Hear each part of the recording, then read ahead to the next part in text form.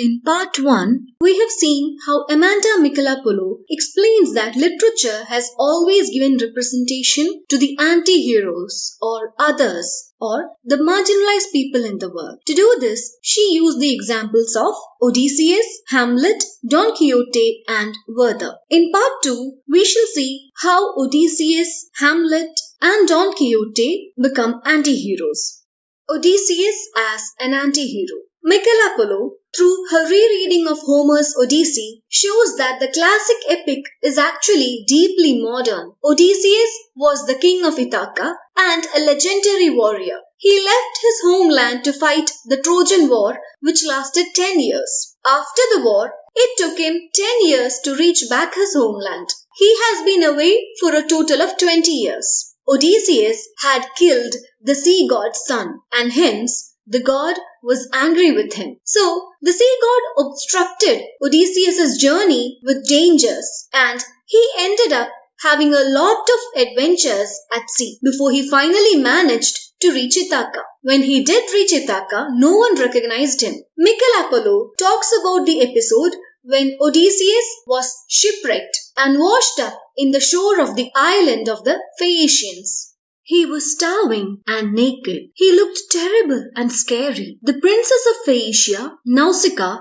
along with her companions, saw him and were terrified. Odysseus is compared to a hill-kept lion. Just as a starving lion would pounce upon cattle, sheep or deer, Odysseus too was desperate for food as well as female companionship. Nausicaa took pity on him and offered him clothes and guided him to meet her parents. The Phaeacians welcomed him as their guest.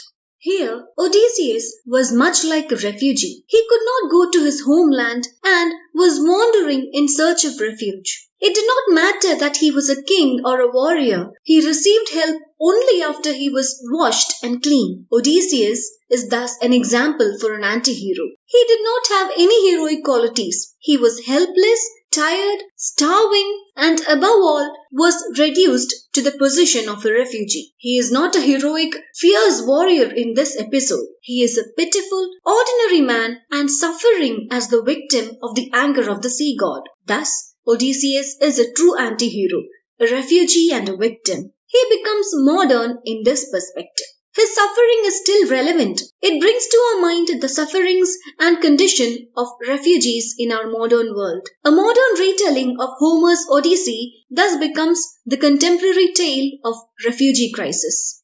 Let us now see how Shakespeare's Hamlet becomes an anti-hero. Shakespeare's evergreen character Hamlet was the Prince of Denmark. After his father died, his corrupt uncle Claudius marries his mother Gertrude and becomes king. The ghost of the dead king appears before Hamlet and tells that Claudius murdered him. The ghost wants Hamlet to seek revenge by killing Claudius. But Hamlet, instead of courageously avenging his father's death, is deeply troubled and indecisive. He even thinks of ending his life but cannot find the will to do that. This confusion of his is immortalized in the dialogue, to be or not to be.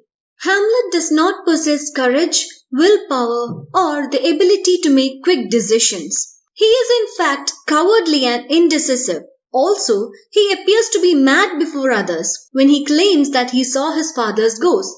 Hamlet is thus a victim of the corrupt world. He is waging a war against it with his conscience and slips into confusion and madness in the process. Hamlet is thus an antihero, having all those sympathetic qualities of any ordinary man. Let us now see how Don Quixote becomes an antihero. Alonso Quijano, protagonist of Cervantes' novel Don Quixote, is an old nobleman who loved to read chivalric romances, that is, novels about medieval knights and their adventures. He decides to become a knight and names himself Don Quixote. He sets out on his old horse. He dresses himself up in armor like a knight. When people asked why he was dressed so even in times of peace, he replied that he was a wandering knight.